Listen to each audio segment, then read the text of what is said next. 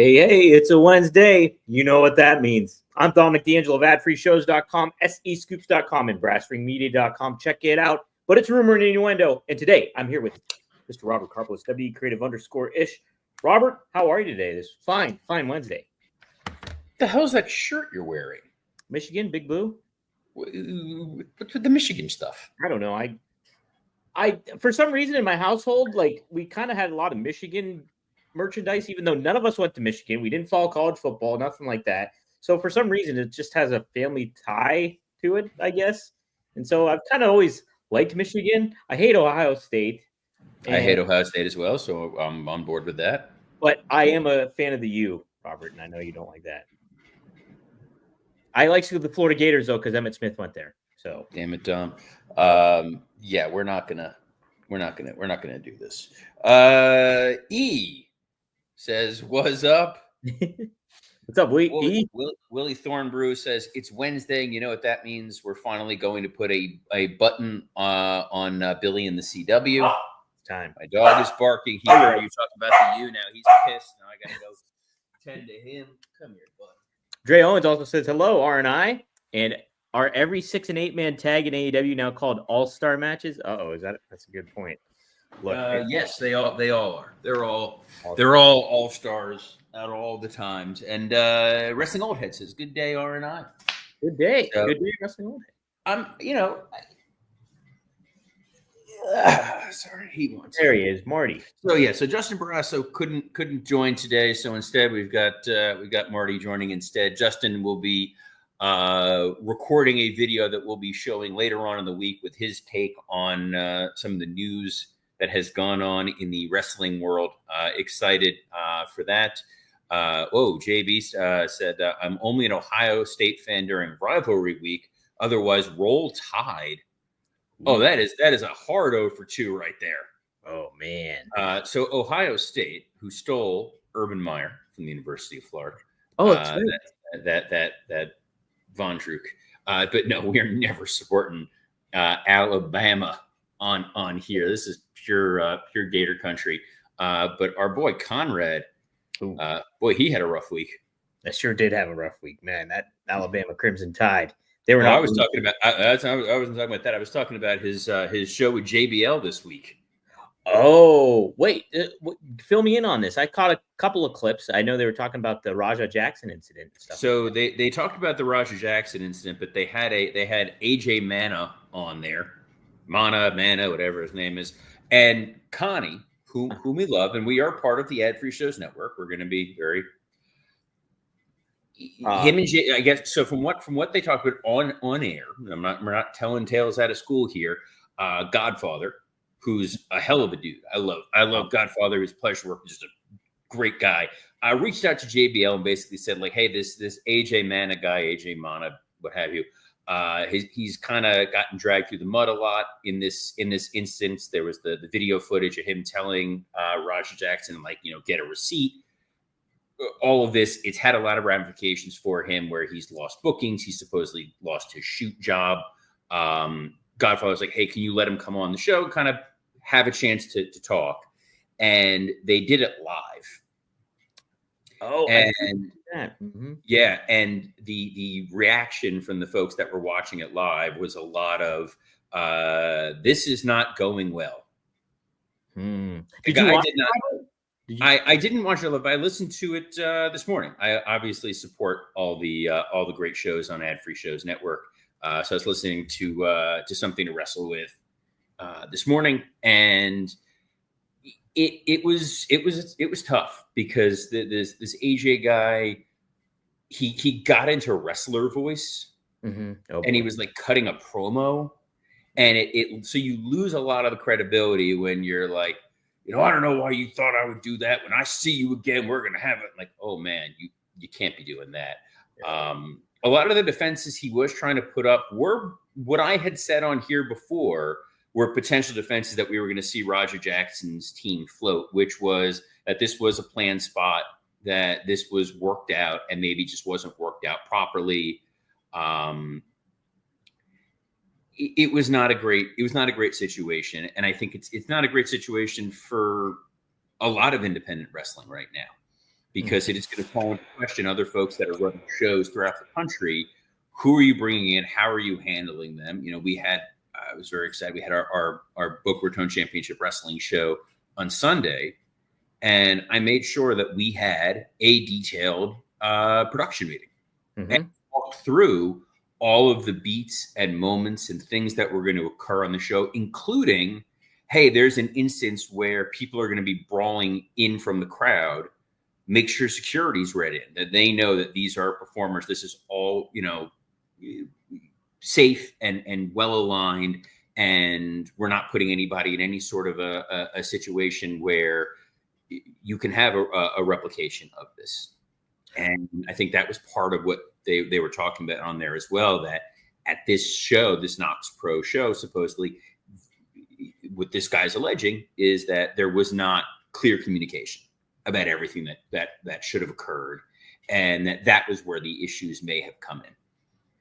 To date, as of now, I've not seen that there's been any arrests made. I'm sure the police are still trying to put all this together. It was just it was an unfortunate thing. And then, yes, Wrestling All Head says, did you guys see that a, quote, wrestling promotion in California is trying to bring Raja Jackson in for an appearance?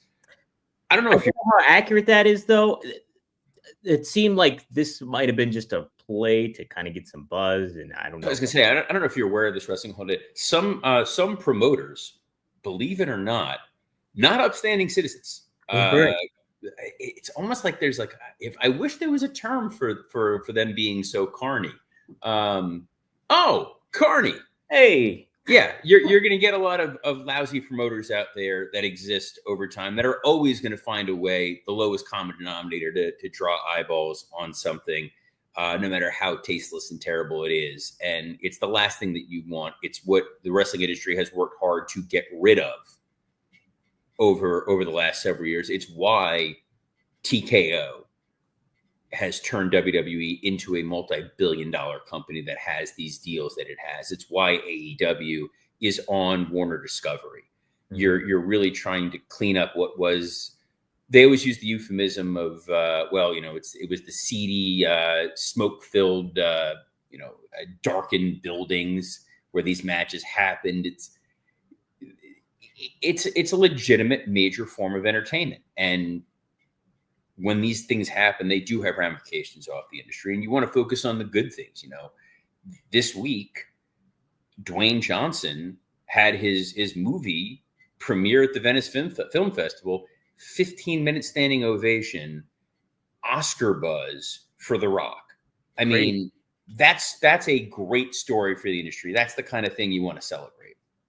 Absolutely. And like when it comes to some of these independent promotions, you look at somebody like an AJ Mana or like, anybody other that talent that are there that nobody's familiar with their names outside of Knock Pro Wrestling, like they become in their own independent bubble of that promotion. And then they begin to believe their own stuff, so to speak, for lack of a better term to use.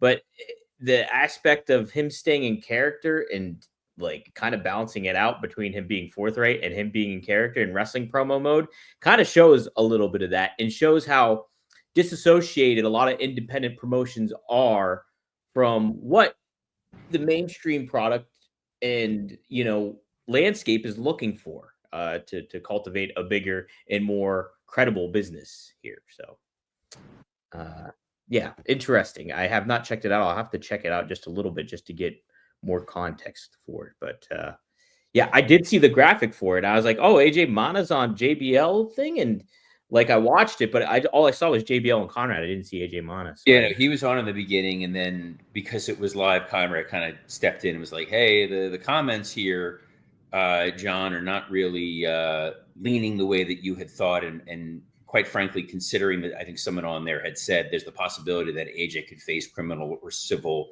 liability, this is probably not the outlet for him to go on and just kind of shoot off at the mouth. Sure. But we're not going to worry about these degenerate indie wrestling promotions. We're going to talk about AEW. Never mind. Hey, we're back. And they're back. Come on, Marty, dance.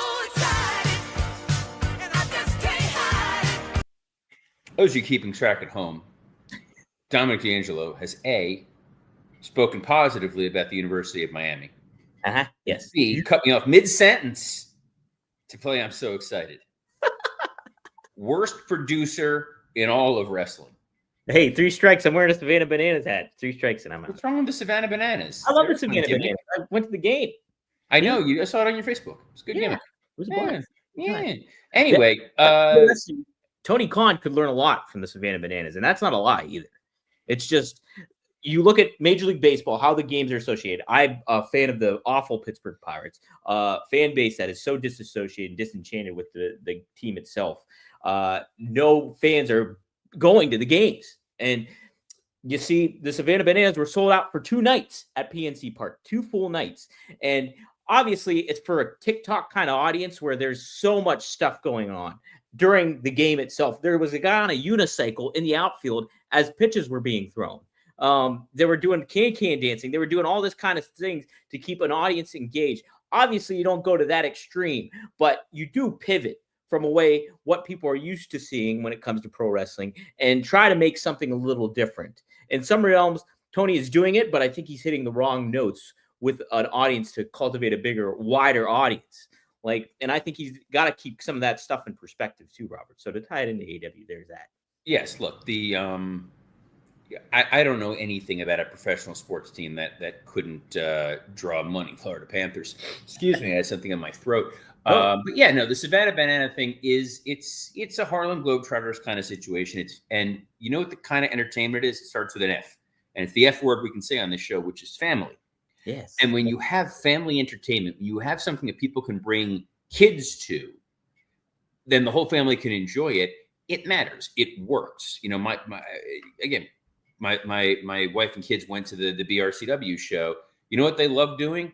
When Moose came out and they chanted Moose with his song. My son, this was like the greatest thing in the world. Loved it. There were moments in the show when whoever helped script this program, no idea. Balance. There was a moment where there was dance off. There were moments of levity. There were moments of seriousness. You kind of have that ebb and flow. And our friends in AEW don't seem to fully capitalize on getting the wider fans. And for ECW, they could do that because they were playing the 2300 arena. All they needed to do was sell out the bingo hall to go to the Viking hall. You have a small, loyal fan base, but you're never going to be a major national or international promotion with that. You're a niche entity, and that's okay. AEW does not seem to want to be a niche entity. They don't have the talent that's only a niche entity. They have talent that is nationally and globally recognized. And anyone that says otherwise, okay, then justify why you would bother to bring in Sting. Mm-hmm. Right. That's where there's the disconnect for me. But the 2300 arena, it gives a different vibe. The way they shoot it, that building does not look the same as it did when it was the ECW arena. So it just kind of looks like they're operating in a very small, almost TV studio-like thing. There's a center hung scoreboard that's there with the monitors. It's not the full-on ECW arena. I mean, there's bleachers, for God's sakes.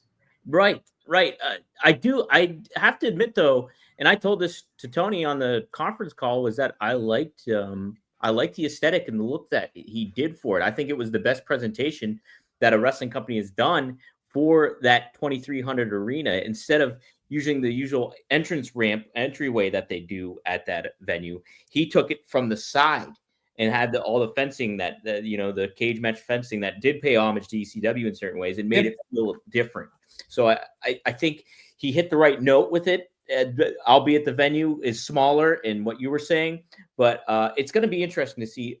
Is this the last week that they're here there, or are they going to be? I can't. If you think I can keep track of where AEW is on a week-to-week basis, I do know they're coming down here for their 6-year anniversary. I think their 6-year anniversary show to Hollywood, Florida. I have not tapped into any of my friends to be like, hey, you want to hook me up with some tickets? But that's just, I always feel weird about that. You're in the business, Robert. I don't ever I don't like asking folks for any of those kinds of favors or issues. So, what's on tap for Dynamite tonight? So, not a whole lot listed. Good. Right. We have Mercedes Moné versus Alex Windsor. The TBS Championship match is on the line. Robert, I'm surprised this is happening so soon. I thought they were going to build to something and not make it just next week kind of thing. I honestly would have, if I was our friends in All Elite Wrestling, knowing what this building is, you don't need to have a Mercedes Moné Alex Windsor match. That feels like a pay-per-view style match. That is a big time challenge match. I would have given this crowd Bozilla. Oh, yes. Super over with that crowd. People were talking about her after Forbidden Door. I think you could have done a one-off. I know she's not part of the company, but it's like, hey, she didn't get pinned in that 4-way. Alex Windsor can still be the number one contender, but I think that crowd, that audience getting behind a somewhat non-traditional challenger, that would have felt like an ECW show. That would have felt really, really fun. I agree that I don't think you need Mercedes Moné to wrestle, on your television this week or even next week for that matter. But like, the only reason I might be for this, if they do decide to go this route, which I don't think they are, but if they make it Mercedes Moné versus Toni Storm and Mercedes wins that title, then I'm for it, because if Mercedes has all these titles, but she doesn't have the most important one in AEW, so what does that say about you're literally, that's what we said in the preview going to All In, that the problem is that if Mercedes fails, she has all these other belts that are now lesser than, because they're not held by the person who is their world champion. Right. So that's the only way I'd be for something like this, if they're streamlining another match between those two. Also, Robert, on tap, we have Hangman Page. Ooh, the All-Star Tag Team match here, Robert.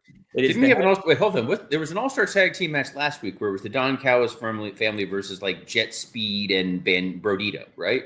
Well, fear not, Robert, because we have Hangman, Adam Page, and Kenny Omega teaming up with Jet Speed against the Don Callis family. That's Kyle Fletcher and Josh Alexander with the Young Bucks. That's Matt and Nick Jackson. All-Star 8-man tag match. Are you excited?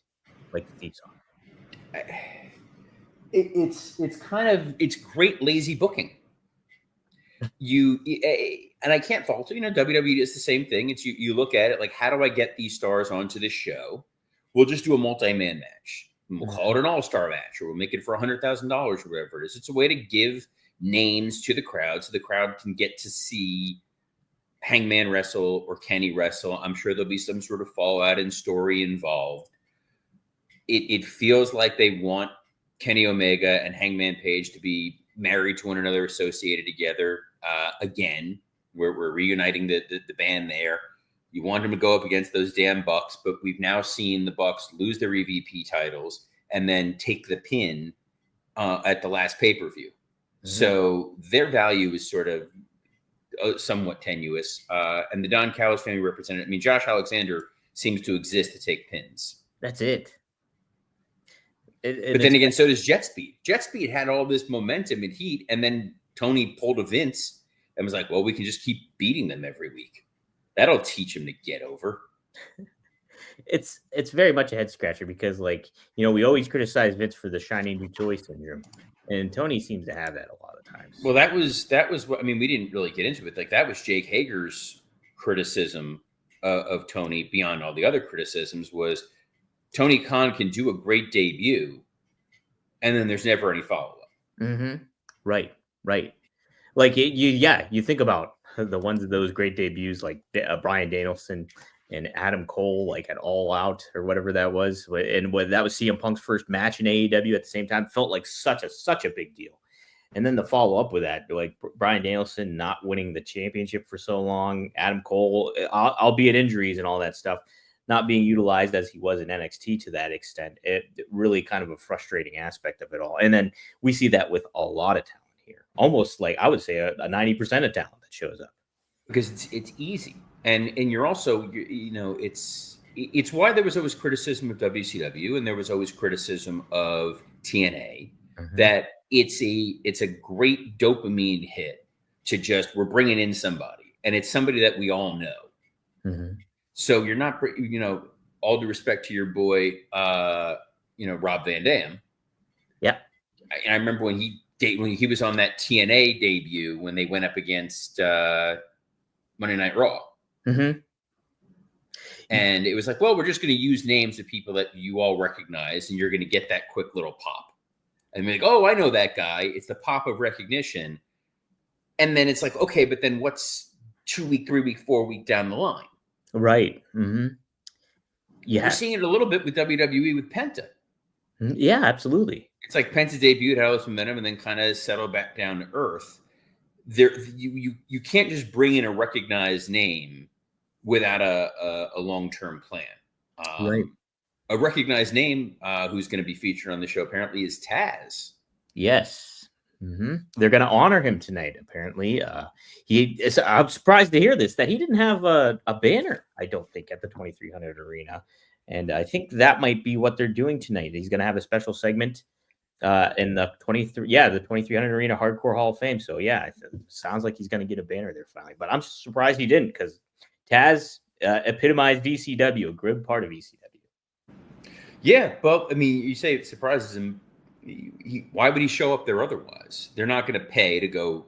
They're not going to pay Taz an appearance fee to have him go there. Sure. Usually, when they've done a lot of those banner raisings, they've been in conjunction with an independent show. So, unless you're going to pony up and say, "All right, we're going to pay Taz an appearance fee," why are we going to put a banner up there for him? And it's not like it's, all due respect to the ECW Arena, it's not like it's the WWE Hall of Fame. The hope would be, if we're going to use this, that this is going to get interrupted by Yuta. Do you want that, though? Of course I do. My boy. Love Yuta. Give him the rub. I like Yuta too, but I don't know if that would be a good mix for that. No, you're right, Dom. You know what they should do? They should do the ceremony and show all the great footage of Taz wrestling in ECW. Oh, wait, no, they don't own any of it. They could show his time in WWE. No, wait, no, we don't own any of that too. We could get one blurry photo of the Tasmaniac working for, like, a local Jersey promotion that may have happened once. It's a good point. And I agree. You can fit it into a storyline, with Hook and stuff like that. But I don't know. I would just if you're gonna put Taz out there again, just to have Taz say, thanks, brother. Like, I don't know. I don't know, though. AEW doesn't get these kind of moments a lot of the time. Like, when they do, to incorporate into a storyline, I think kind of makes it feel less than, instead of it. Oh, let's incorporate it into a storyline that people are going to forget about down the line, because nobody gives a crap about the Death Riders in the grand scheme of things. It's kind of nobody does, but I feel like Taz would say, I'm willing to do this segment because it's going to get over Hook. If that works, if it gets the whole reason he's in AEW. He's not in AEW because he's like, man, what a company. I'd love to be there. Taz would be very happy sitting at home watching the Mets be terrible. I know. Or watching the Bills be successful. Wrestling Old Head adds, do you think AEW should have legends put over young talent in the right way? Like rumors of Jericho leaving, should he come back and put over a young guy before he leaves, if it's true? I mean, that's been their problem this whole time, Wrestling Old Head, is not utilizing legends in the proper manner, except Sting. Well, no, but even when they utilized those legends and they had them put over younger talent, it didn't mean anything. Right. Jericho putting over Action Andretti is memorable in the fact that they didn't do anything with it after. The to your point earlier, follow-up. Yeah. Bryan Danielson put over Danny Garcia. Look where Danny Garcia is now. Right. They don't make those big moments necessarily matter in a way where you're really minting and cementing a new guy. Whereas if Jericho goes to WWE, I think there's ways to utilize him. I can't believe I'm saying this, in a way that would be effective. I don't think Jericho, didn't help Sammy Guevara. It didn't help Santana and Ortiz. It didn't help Hager. I'd argue that it did help, not Hager, Guevara, but Guevara kind of, Yeah. it had his own issues. But you don't be but you also have to be selective in who you're putting in those positions. Sure, absolutely. Mm-hmm. But what? It's just I think it just speaks to I think maybe a good mindset that not a good mindset but the mindset Tony has about all this stuff is, oh, I have so much talent on this, we can plug people back in, and it's almost like a rotating volleyball team where you rotate people out and stuff like that. But that's not how it should work in your storytelling aspect of things, because you want the fans to connect with a certain star or hate a certain star in a lot of ways. And if you don't create that attachment week in and week out with people and you make them forget about it, yeah, you have a lot of talent, but it's too much talent that you're not making the use of.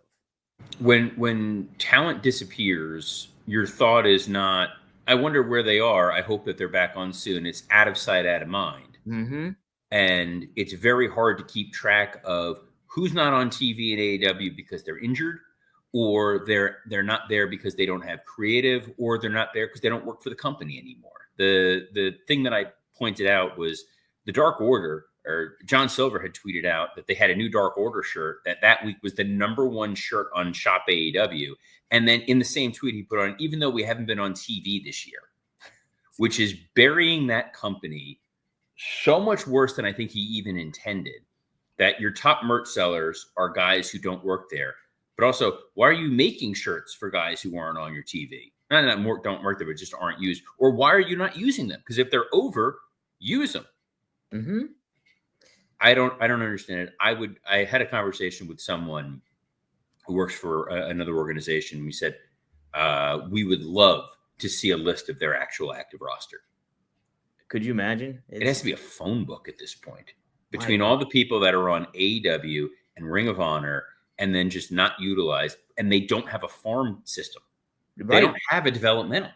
Mm-hmm. And that's what they could have done with ROH if they really wanted to make it something significant and feel kind of important. Like Bryan Danielson mentioned how he wanted to do a lot of that stuff, help with developmental and stuff like that. Make ROH his brand. Make it something that you can channel into your main AEW product, and then you have something special. You have a connection, and you have something that all these wrestlers that you have a phone book of, you can make use of them. I don't know, but we know what we can make use of, and that's our time every Monday through Friday at noon Eastern, because we are here on a plethora of platforms, including the WW Creative _ISH X account, the @Dominic D'Angelo X account, the @SE Scoops X account, and on YouTube on Rumor and Innuendo and ad-free shows.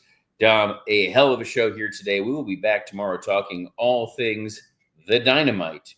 So on behalf of the man who has terrible taste in sports, Dominic D'Angelo, I'm Robert Karpolis. Best of luck in your future endeavors. Go blue, go you, go you.